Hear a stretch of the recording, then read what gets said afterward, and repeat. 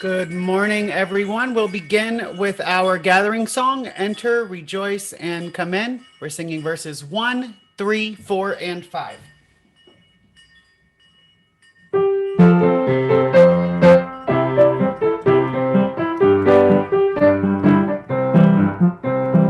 Enter, rejoice, and come in. Enter, rejoice, and come in. Today will be a joyful day. Enter, rejoice, and come in. Open your hearts, everyone. Open your hearts, everyone. Today will be a joyful day. Enter, rejoice, and come in. Don't be afraid of some change. Don't be afraid of some change. Today will be a joyful day. Enter, rejoice, and come in. Enter, rejoice, and come in. Enter, rejoice, and come in. Today will be a joyful day. Enter, rejoice, and come in.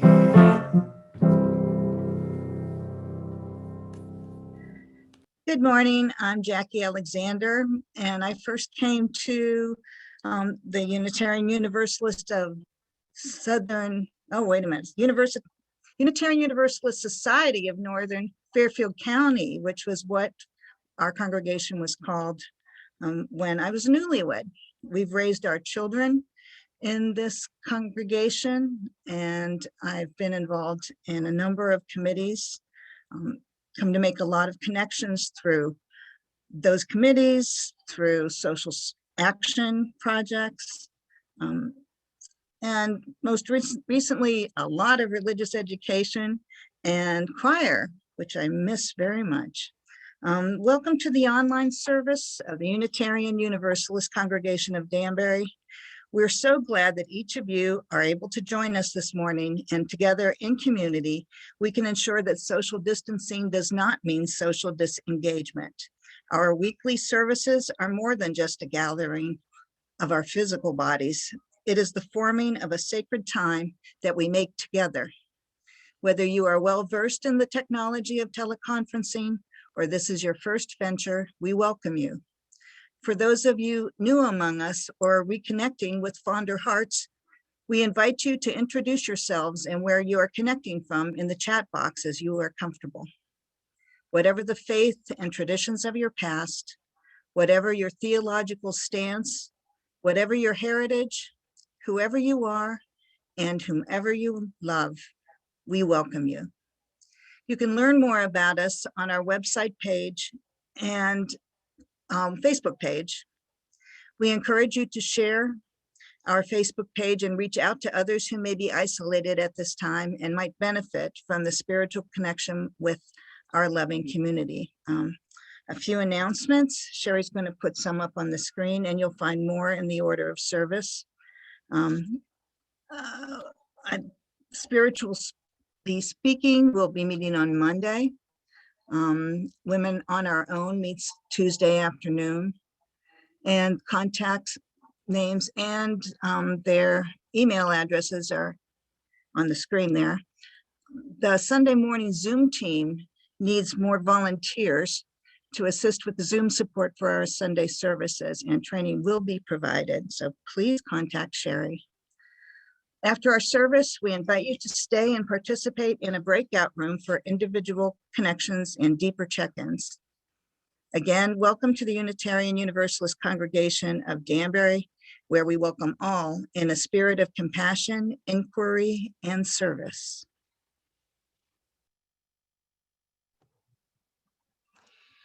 Good morning. For those who are with the community for the first time, my name is Sierra Marie, and I'm this congregation's Director of Religious Education for Children and Youth. It is my joy to be co-leading the service this morning with the Religious Education Ministry team. I'm not able to stay for coffee hour today, but if you have reflections to share with me after the service, I would love to hear. Please do send me an email or otherwise get in touch. It is good to be together. Before I share our opening words this morning, I invite you to settle in, to bring yourself into awareness of this community with whom you are attending the service. How precious it is to be in community. It is lovely to be with one another, is it not?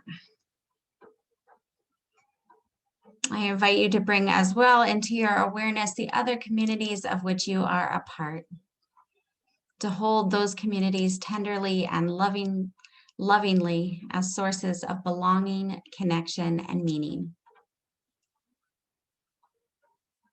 And finally, I invite you to bring into your awareness the world community of which we are all a part, the interconnected web.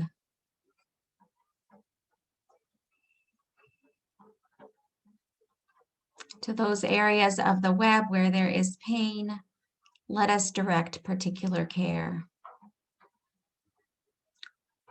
We hold and love those experiencing grief, loneliness, trouble, or distress. Whether that's you, someone you love, or someone unknown to us and far away.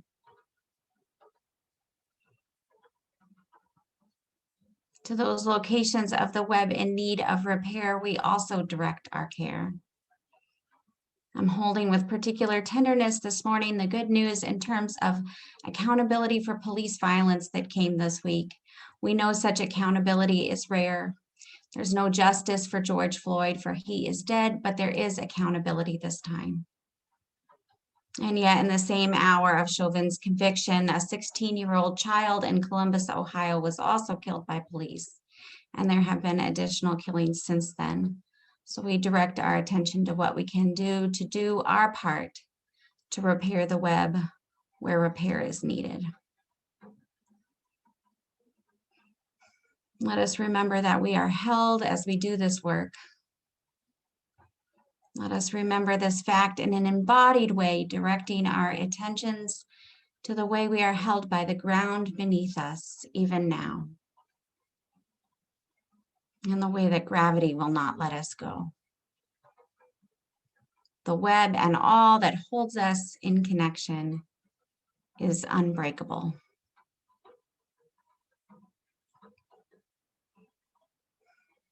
Here are opening words from the Reverend Margaret Wise. Come into this place with your whole self. The parts that are raw and exposed, the part that is beaming with joy, the part that is seeking the truth, the new, the possibility. Come into this place, open your heart, lay down your burden, lift up your hope for something new to happen.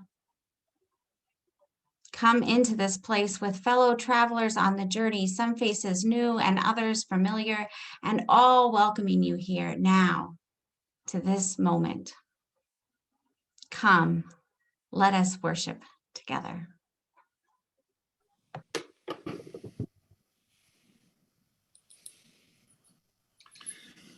Please bring a candle or chalice close by if you have one, and join me in lighting your chalice and then in our chalice lighting words.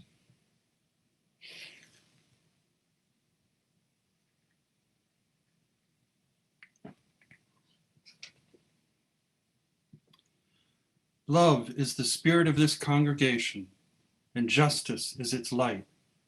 This is our covenant, to dwell together in peace, to seek and speak the truth in love, to help one another and celebrate life.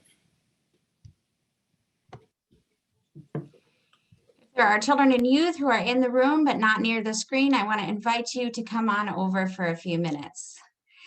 This week, many of us celebrated Earth Day. Your adults received an email this morning with some Earth Day activities for you to do when you get a chance. High school seniors are also invited this afternoon at 4 o'clock to attend the second session to prepare for bridging into young adulthood. Bridging Sunday, which is also Flower Communion, is on June 6th, and it is our last Sunday of weekly religious education programming until the fall. While the end of the religious education year approaches and we turn toward our summer of planning and preparation, there is so much to celebrate. Even though we couldn't be together in person for much of this year, we found ways to stay connected, to continue spiritual reflection, and to offer love and care in community. And so if you can tolerate the second that it takes me to pull this up, I want to share a few photos from the year with you. I thought it would be fun just to look back on a few of the highlights from our time. We had our stuffed animal sleepover. We did a principal scavenger hunt. I didn't have permission from all parents for sharing the photos, but we did a great scavenger hunt. We made art about listening to our hearts, listening to justice makers, listening to nature. We had our virtual Halloween parade. We made doggy blankets or pet blankets and for the animal shelter. We decorated a tree to feed the birds. We collected mitten tree gifts. We made our own creches. We celebrated an ordination where Colin created art for us, and I was ordained with your representative of Ethan. And we collected for the women's shelter, the women's center. We had postcard exchanges with mystery buddies. We had an Easter egg hunt and played games outside. We did a Lego build. We made bird houses. It was a good year of staying connected. Hang on one second, because now I have to get back to what I was doing. And I'm having trouble exiting the slideshow. Whoops. Nope. End show. That was the only thing I could see on my screen right then. There are many people to thank for co-creating this year's virtual and outdoor religious education community with the children and youth of the congregation.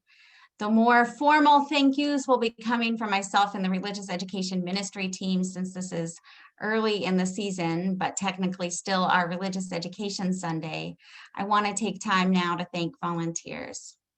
My advance apologies if there's anyone I have left off the list. In an effort to give a volunteer sabbatical in this pandemic time to a number of long-term volunteers, we've relied on a greater than typical number of one-time volunteers. These include Peter Horton, Alex Mackay, Margaret Henderson, and her guest Eric, Keith Henderson, Todd Zagarick, Annie Senel, Bruni Edwards, Heather Smith, Johanna Schrader, Matt McPartlin, and David Parr. Thank you to each of you.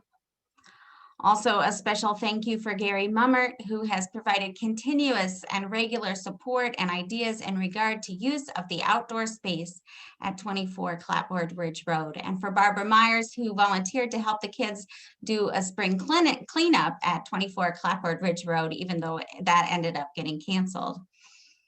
Finally, in regard to one-time volunteers, I want to say thank you to the 8th and 9th graders, Anya Westenberg, Jazz Leota, Kai Gerveo, and Zach Stein for hiding Easter eggs for the younger kids.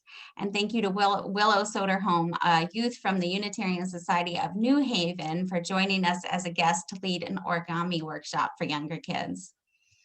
We also had some volunteers who helped keep the ship running the whole year. The religious education ministry team members, Kristen Papucci, Michelle Cousins, and Gina Cassetta, our senior high school youth group advisors, Jim Ruck, Sue Shaner, Sam McCoy, Heather Smith, and Chris Smith, as well as the volunteer who co-led all the 4th through 6th grade classes with me this year, Jackie Alexander. Thank you. Thank you for offering the gift of your time to this important ministry of the congregation. In the spirit of celebration of community, before Gina tells this morning's story, let's say together our children's affirmation, the words for which are printed in your order of service. We are Unitarian Universalists. We are people with open minds, loving hearts, and helping hands. We care for the earth and each other. And it's time for our story from Gina. Hello, I'm Gina Cassetta, and when I grew up, I was part of a very large family. We had 6 kids. And every summer, my aunt and uncle would return to New York and stay with us for 2 weeks. They had moved to Arizona and had 7 children, but they all missed the ocean. So whenever they came to visit, we would all pile into 2 station wagons. This is before anyone had ever heard of a sport utility vehicle, and head out to Jones Beach for a day of sun, salt water, waves, and of course, sand. Needless to say, it was not easy to keep track of 13 children. Can you imagine? And the adults spent most of their time watching us play in the water or the sand. So like most toddlers, when I was very young, when just maybe 2.5 or 3, I would wander off, just not knowing where I'm going, right? No map, no GPS, meandering between the beach umbrellas without a clue as to where I was headed. And at some point, all the adults would realize that no one had seen me for quite a while. And then a frantic search would ensue. The adults and the kids would spread out in every direction, seeking unmapped territory that I had perhaps explored. Luckily, someone always discovered me, and I was always safe and sound and clueless as to the whole chaos I had created. And they usually found me just sitting happily on someone else's beach towel and eating potato chips with my new family. So just remember, when you go exploring, do let your parents know where you're going, or at least what direction you're heading in.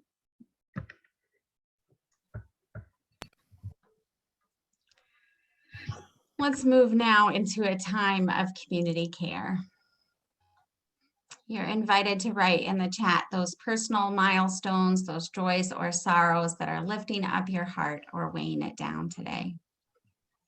Please do reach out as well and offer your support or affirmation to one another, whether by chatting with everyone or privately. It can take a little effort to truly understand what's going on beyond and behind each other's screens. So please do, let's let one another know how we are doing today.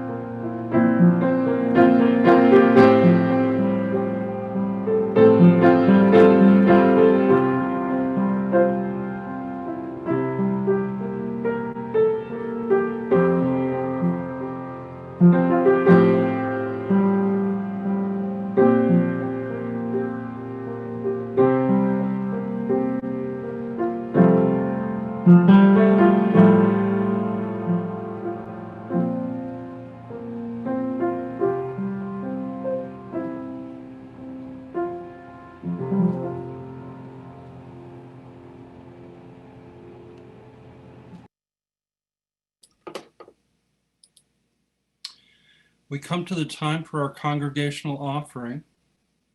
If you're with us for the first time, feel free to pass the virtual plate. Your presence here in the Zoom room is your gift to us. Members, please click the link in the chat to make a donation or pledge. For even though we are not in our beloved fellowship hall, our operating expenses are still the same. You may also mail a check to UUCD at 24 Claphard Ridge Road in Danbury. Thank you for doing your part to support and sustain this community we love. Now please join me in our congregational response. In the spirit of compassion and service, we dedicate these, our offerings.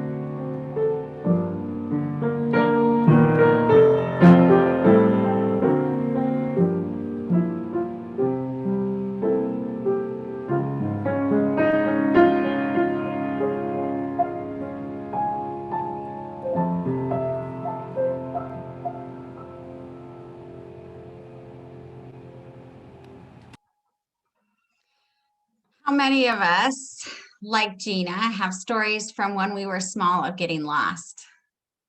Let me state the obvious. Toddlers don't use maps and compasses to explore their terrain. They are guided instead by curiosity and whatever they can find of where they want to be. In Gina's case, that was with potato chips, and I don't blame her. In this instance, her world was a friendly place waiting for exploration. She was learning that exploration brought delight, that new knowledge and experiences were a desirable thing to seek, and that her people, though they had momentarily lost track of her, would come back to scoop her up again into safety and belonging, that the guarantor of her security was connection. In this way, Gina's story does two especially important things for us this morning. First, it introduces the deeper spiritual theme of the service, which is the experience of navigating without a map, a metaphor for new and unknown experiences. Second, Gina's story illustrates a belief I'm bringing to the service and to my work with you more broadly, that learning is an inevitable part of being human. For better and for worse, we are all learning all of the time. Our experiences give rise to learning. And in fact, over the course of our lives, most of us are learning, and most certainly the majority of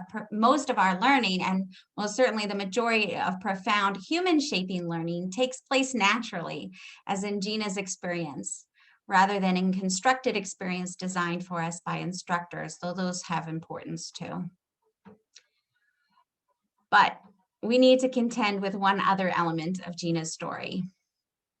Traveling without a map can be dangerous.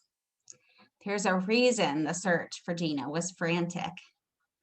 There are risks involved, even if we can reduce the risks by traveling with care. And we'll reflect this morning on some ways to travel with care. Nonetheless, though traveling with a map would be less risky, a map is not always available to us. And we are not inexperienced travelers. We have the wisdom of experience on which to draw. We've all encountered unknown territory in our lives, whether physical or metaphorical. The death of someone we love, a new illness or disability, the arrival of children, a separation or divorce, even the start of a new school or job. These are all some ways that many of us have practiced traveling spans previously unknown to us. Though others can and have described what they have experienced in these same forests, our travels in these forests will not be identical. So let's draw on the wisdom of wilderness survival. First, this wisdom offers, it is good to notice when we veer off more familiar paths. Sometimes we plan to move into the unknown, and other times we end up there by surprise. When planning to move into the unknown, we can set a compass bearing on the basis of the direction we plan to travel, a way to help keep us oriented, whatever it is we may encounter, to help us head toward where we want to be, and a way to reverse our travels if we find we need to come back. In life, we set metaphorical compass bearings all the time when we decide we'll do something that we've never tried before. We say, here it is where I want to end up. And we get clear about where we will go first as we set out. When we end up on unknown terrain by surprise, though, we may not even have a compass. Our first job may simply be to notice where we are, to observe what's around us, to become fully present to our experience. Whether discovering we are lost in the woods or learning of the death of a loved one, we may move from an experience of complete disorientation to an overpowering alertness in which we can think only of our new terrain, and all the rest of life fades from focus. As we venture out from our location over time, we may blaze our trails, which means leaving markers of the paths we take. In the wilderness, a blaze might be some survey tape tied around a tree or a cut made on a fallen tree.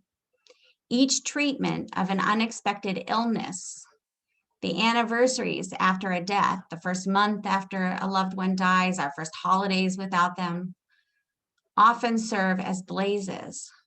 Moments we'll reflect on through the years, indicating where we have been.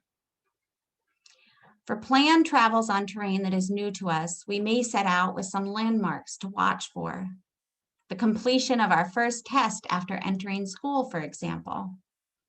When we reflect back on them over time, these landmarks or events often help us mark our transformations. We say things like, I remember when I took my first test and I was so nervous. I still get nervous, but now I know what to expect. Okay, so now we know two things about traveling the unknown: compass bearings, or becoming alert to where we are, and blazes, trail markers along the way. Let's consider one more part of traveling the unknown, a guide rail. This is something that crosses the terrain, which we can follow to keep us oriented. In the wilderness, this could be a stream or river, the ridge of a mountain, or a deer run. In our metaphorical travels, guide rails may be things like people traveling with us, teachings that accompany us, the stories of our communities or those who have come before us, and the values we hold to as we travel. Sometimes we stumble upon guide rails, but often we must seek them. And if they're to become guide rails and not just landmarks, we must make the decision to stick with them, to spend time with them, in a way to be faithful in relationship to them. In other words, a guide rail may first or also serve as a backstop, or in other situations, a guide rail may first or also serve as a backstop. That's a place where we don't want to go further. Maybe that's a river or a valley or the bottom of a mountain. If the stories of our community are serving as a guide rail and we encounter a story that gives a meaning to our experience that we do not accept, maybe someone says, God won't give anyone any more than they can handle, or everything happens for a reason, and we find it unhelpful. These may mark places where we stop, boundaries we set around where we will head. We can still follow the edges of these locations, keeping them as guide rails, though we choose not to move through them. Before we pause for some more storytelling this morning, I want to put the wisdom of wilderness survival aside for a moment, though, and lift up one other form of wisdom, the wisdom of song. Songs that can accompany our travels as we move through terrain, both familiar and unknown. Today, we'll end our service with one of the songs that I learned growing up as a Unitarian Universalist youth, though the version we'll hear today is sung in a slower tempo and with an incredible layering of voice. The song is Wo-Ya-Ya. It's a song I sing when I'm on uncertain terrain. It's a song that has accompanied me through many changes in my life. On the Literary Hub website, there is a series of poetry by queer Indigenous women. In an introduction to the series, Natalie Diaz writes, quote, "In my Mojave culture, many of our songs are maps, but not in the sense of an American map. Mojave song maps do not draw borders or boundaries, do not say this is knowable or defined or mine. Instead, our maps use language to tell about our movements and wonderings, not wanderings, across space, naming what has happened along the way while also compelling us toward what is waiting to be discovered, where we might go and who we might meet or become along the way." End quote. The stories we tell now are a little like that. The stories we'll be telling in a moment. They're not boundaries, definitions, or claims of ownership, but the naming of experiences along the way that might compel us toward what is yet still waiting. Let's begin with another childhood story from Gina. So when I was very young, it was my job to wake up everyone else in my household pretty much, except my mother, because she was not a morning person and you really wanted to let her sleep. So I actually trained myself to turn off the alarm immediately so it wouldn't wake her up. And then on the eve of school nights, I would help my father line up all the bread, that was like a whole loaf, and to make our lunches and his as well. And when I became a teenager, my mother started working full time. So I taught myself how to cook. It was a little scary at first, but we managed. And I would start dinner before she came home to help or finish. Otherwise, we would have eaten pasta every night because that's about all my dad could do. Sometimes I would also surprise my mom by dusting or by vacuuming and mopping. And since she hated to iron, I used to help my dad iron his shirts at night. And now I'd like to introduce Michelle Cousins. Thank you, Gina. Good morning. My name is Michelle Cousins. Most of you know me, I'm sure. I've been attending UUCD for just over 10 years now, and I am currently serving as co-chair of the REMT with Kristen Papucci. And this morning I want to talk to you about some long-lasting effects that a few religious educators have had on me. My first grade teacher was called Sister Mary Madonna of the School Sisters of Notre Dame. So there you go. And she was a really petite woman, but to me in first grade, she was larger than life. My favorite memories of her are when we had music class, and she would teach 46-year-olds how to do the Alley Cat and the Hokey Pokey. And so she really instilled in me a great love of music and dancing. And it stayed with me to this day. As many of you know, I have worked for over 25 years as a DJ. And so she was really just a real big influence on my, when I was small. It stayed with me. But the educator I really want to tell you about this morning is Maureen Anderson, who was my high school religion teacher at Immaculate in Danbury. I was lucky enough to have her for my freshman and my junior year. And it was the second time that I was taught by her that I was really profoundly changed. And so the course was called Major World Religions. And so it was, the focus was on Judaism, Islam, Christianity, and then there was some introduction to Hinduism and Buddhism and Shintoism, just a really fabulous class. And because I was raised Roman Catholic, you know, I'd never really known or learned about any other path. So I knew absolutely nothing about these other faith traditions. And Mrs. Anderson opened my eyes to a whole new world of looking at, or having a curious and open mind, really looking at things. And I was impressionable at 16, of course, as we all are. And I was introduced to the idea that there were many ways, many paths, many ways of expressing and experiencing something greater than ourselves. And so it set me off on a lifelong adventure of investigating and honoring many paths that one can take on their spiritual journey. So I'll be forever grateful to Mrs. Anderson's rebellious instruction, because really she was pretty brave to teach a bunch of Catholic kids that there were many ways to get to heaven or to reach enlightenment.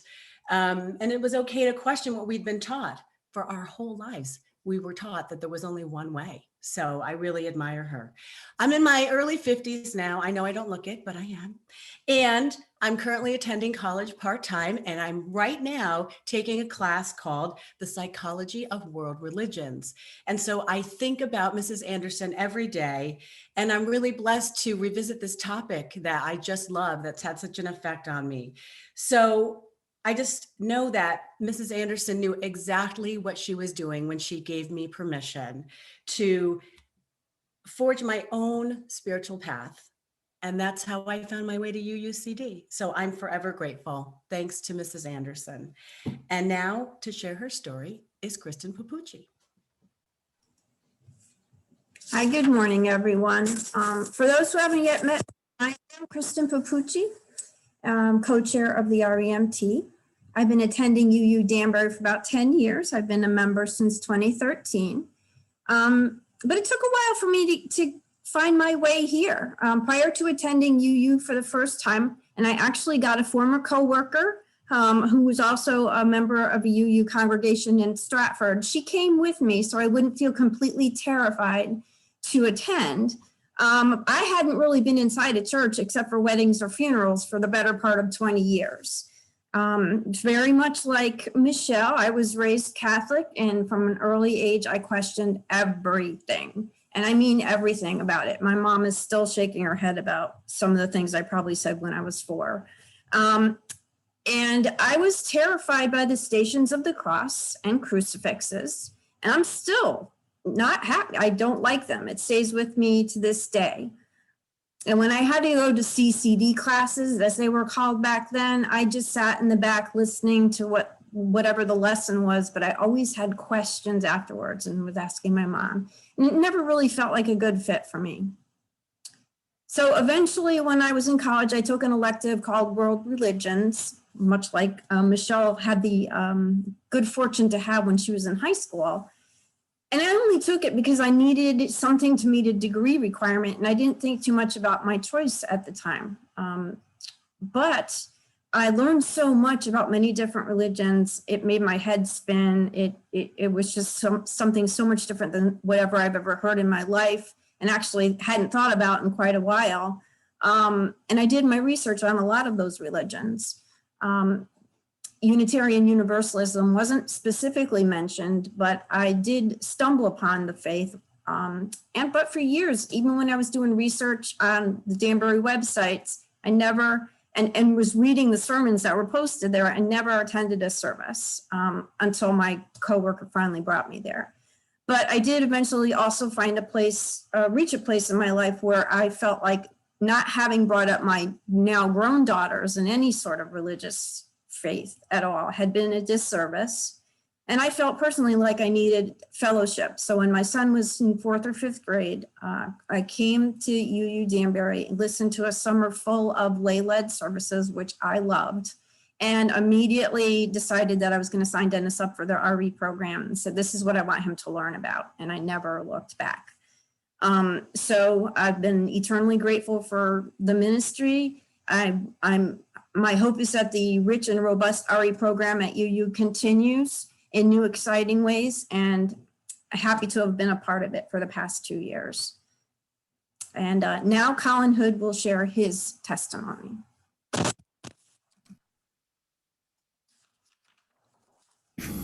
The best part of religious education at UUCD is getting to see people and getting to know them and work and play with them. I love the hands-on activities at UUCD, like knitting a blanket, to making fortune tellers and using them with my fellow kids or UUCD members. UUCD is fun because there are so many surprises to uncover. I also like joy and sorrow. You get to know something great and happy about someone, then something sad that you could maybe help them with. We would not know so many of our friends if we did not go to UUCD, so I am so happy I am a part of UUCD. These are some of the reasons why religious education is amazing. Thank you.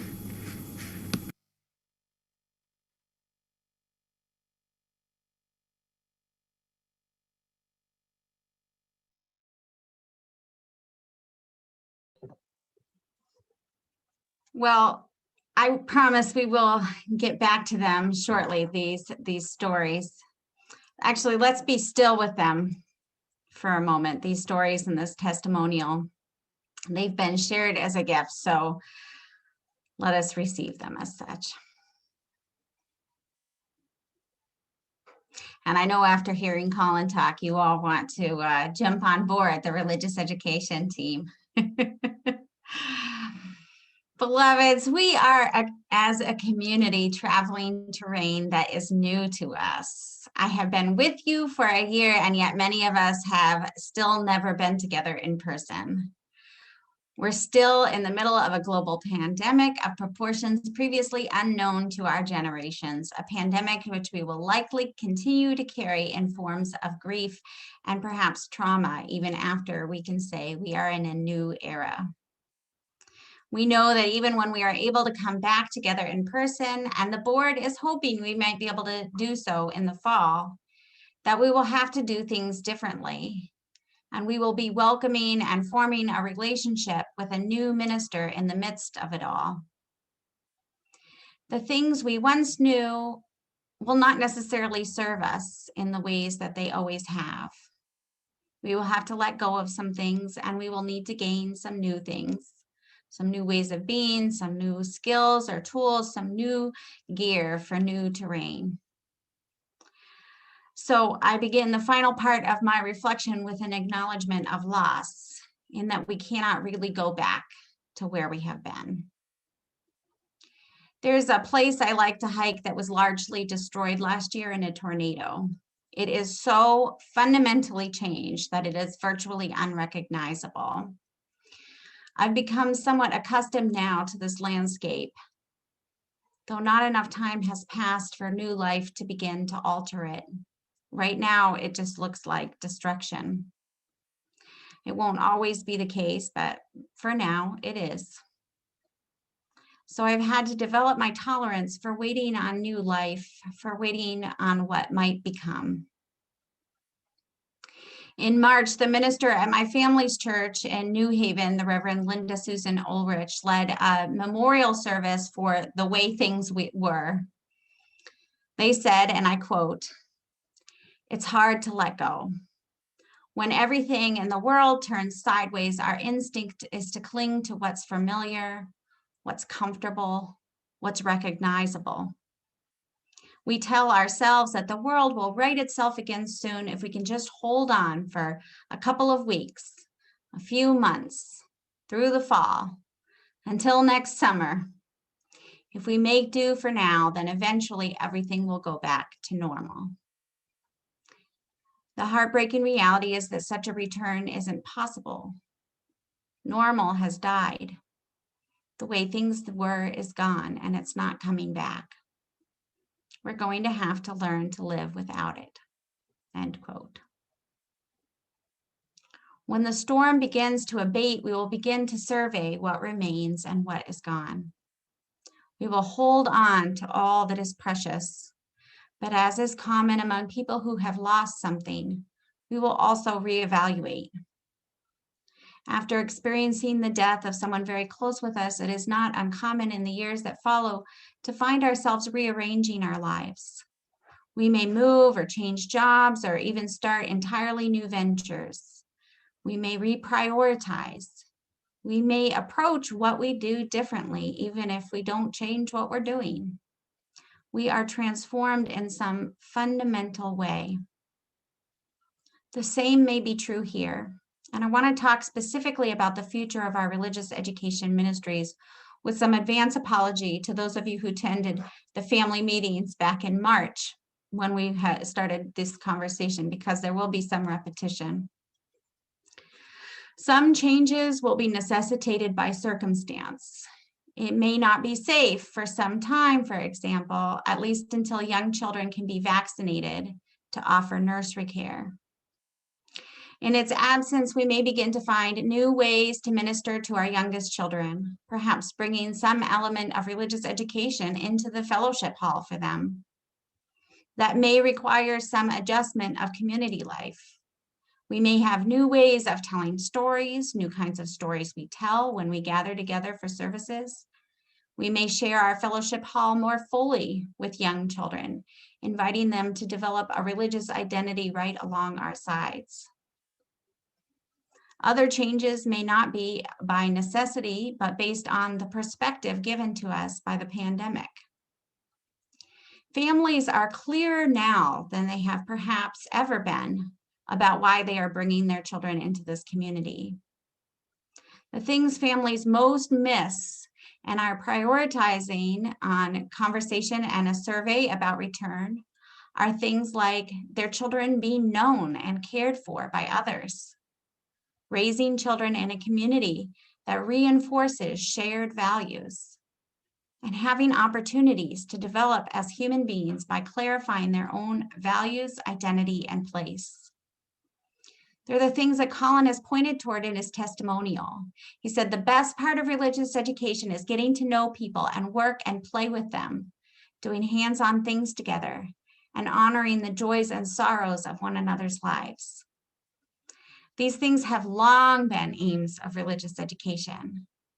But our primary aim up until now, the thing that Unitarian Universalists around the country have invested so much time, treasure, and talent trying to accomplish together, has been what I have been calling knowledge competency. Religious education as we know it has developed over the last 60 or 70 years, arguably taking root in the 50s. This model of religious education has mirrored public education, traditional weekday schooling, sharing the ultimate goal of knowledge competency, and the methodology of didactic instruction, teachers having information they wish to pass on to children. Of course, traditional weekday instruction in public education institutions was developed under circumstances that didn't always apply to religious education settings. For example, traditional weekday schooling can assume predictable, regular in-person attendance, an assumption that has been in question during the pandemic. But there hasn't been a guarantee in religious education settings of this since probably the 1950s for many reasons: split custody arrangements, competing weekend activities, and so on. And because in religious education settings, we can't rely on predictable regular attendance, nor do we have access to children most days of the week. We also can't rely, as public education does, on the repetition of material that creates knowledge retainment over time. Here, some religious communities have an advantage over Unitarian Universalists, as we're not developing children's knowledge competency strictly in one set of religious teachings, but in fact, we want our children familiar with the world's religious traditions as well as our own, and we want them familiar with a variety of ethical teachings. We have so much to cover that our children get little repetition of the material we bring to religious education. Even if a child attended most weeks of the year, which we know that they don't, they might be lucky to hear 1 or 2 stories from the Hindu tradition one time in the course of their religious education. Because these stories aren't repeated and aren't applied to multiple contexts and experienced through multiple modalities, these children will not likely remember these stories in the years that follow. Traditional weekday schooling has also relied on groups of a controlled size, all sharing a developmental stage to a degree that we have not been able to control for them in religious settings. In small congregations, we might have 5 children in preschool, 3 of whom show up regularly, and only 2 in middle school, 1 of whom comes 2 weeks out of 4, for instance.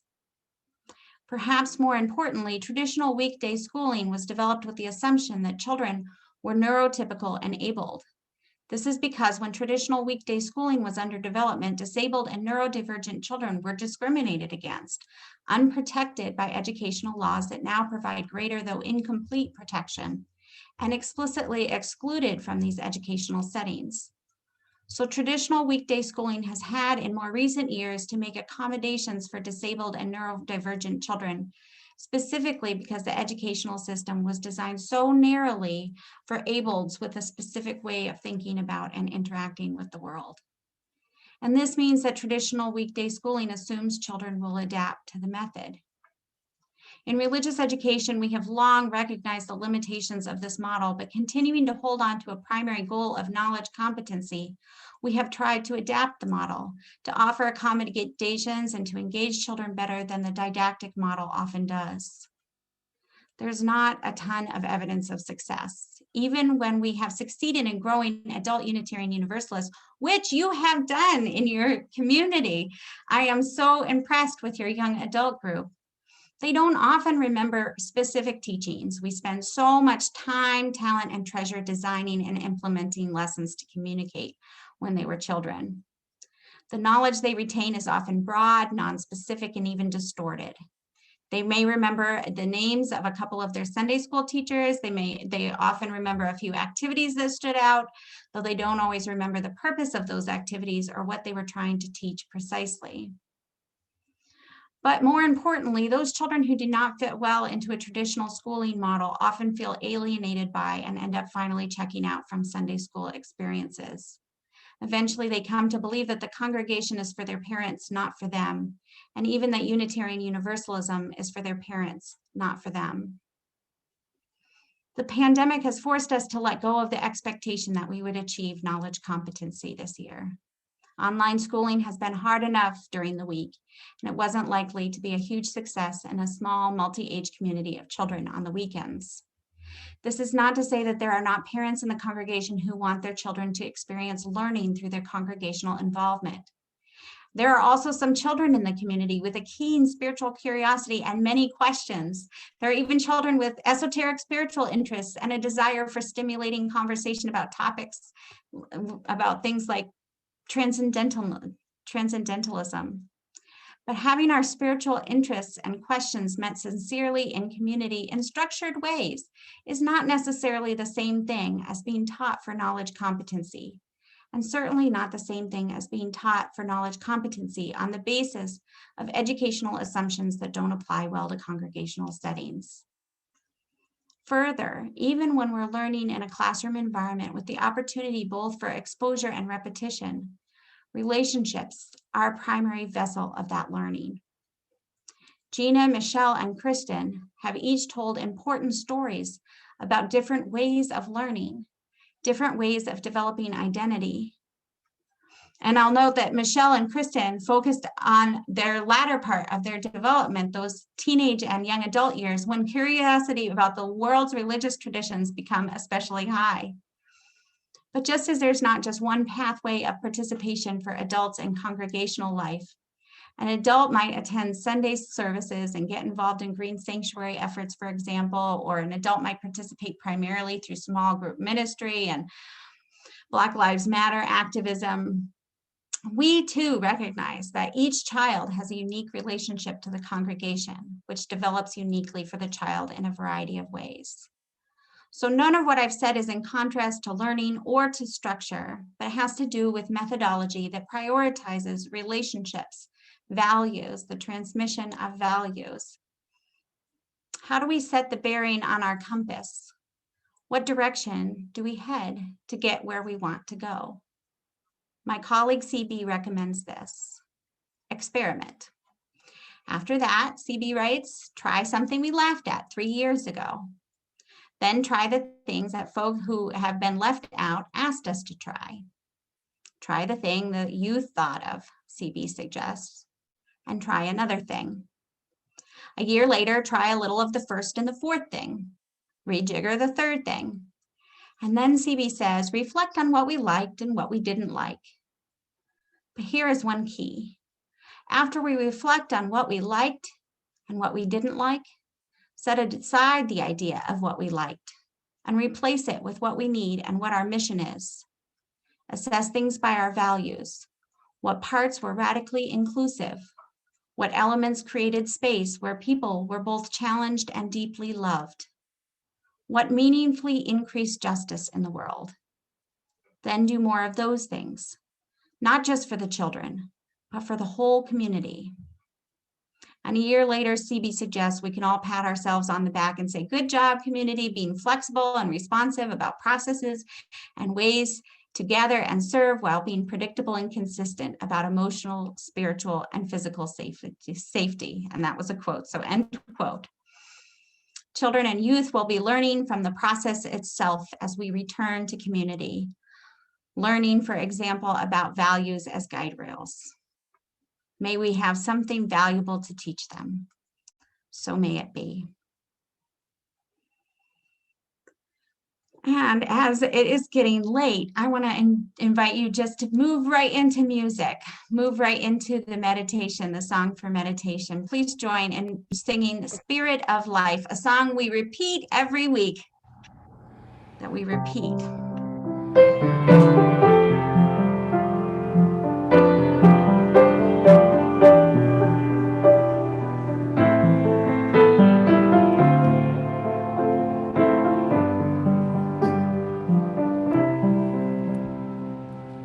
Spirit of life, come unto me. Sing in my heart all the stirrings of compassion. Blow in the wind, rise in the sea. Move in the hand, giving life the shape of justice. Roots hold me close, wings set me free. Spirit of life, come to me, come to me.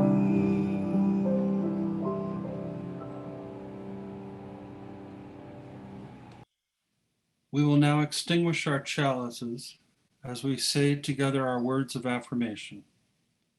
We extinguish this flame, but not the light of truth, the warmth of community, or the fire of commitment. These we carry in our hearts and out into the world until we are together again. Our closing hymn this morning is Woyaya.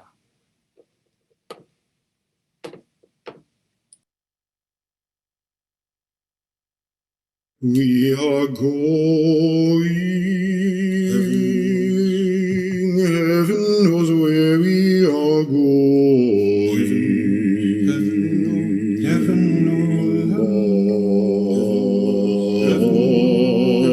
But we know we are going.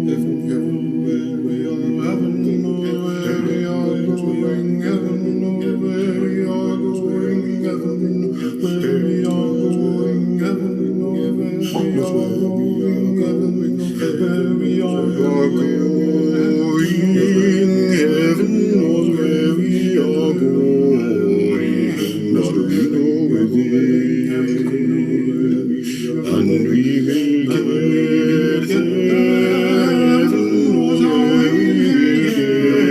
there. But we know within it will be hard, we know, and the road will be muddy and rough, but we'll get there.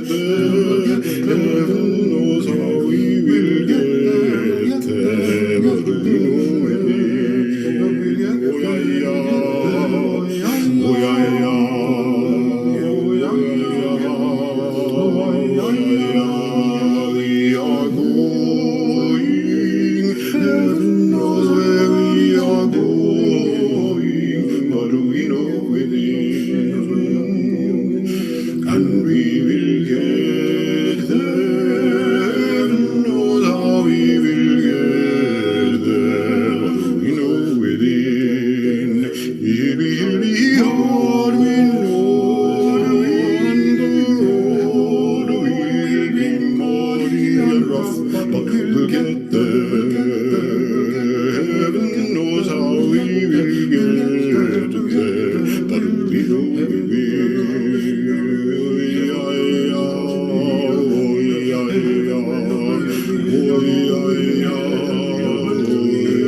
It will be hard, we know, and the road will be muddy and rough, but we'll get there. Heaven knows how we will get there, but we know we know. Oh yeah, yeah, oh yeah, yeah. It will be hard, we know.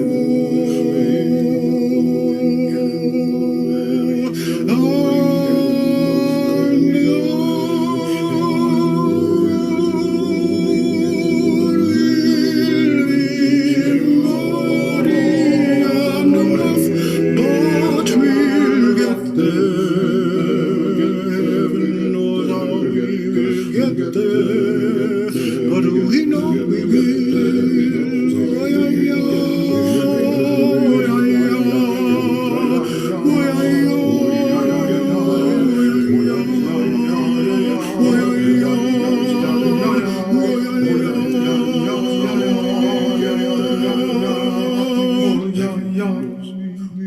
Heaven knows.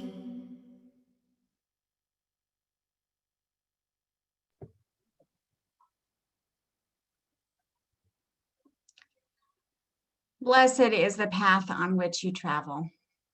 Blessed is the body that carries you upon it. Blessed is your heart that has heard the call. Blessed is your mind that discerns the way. Blessed is the gift that you will receive by going. Truly blessed is the gift that you will become on the journey. May you go forth in peace.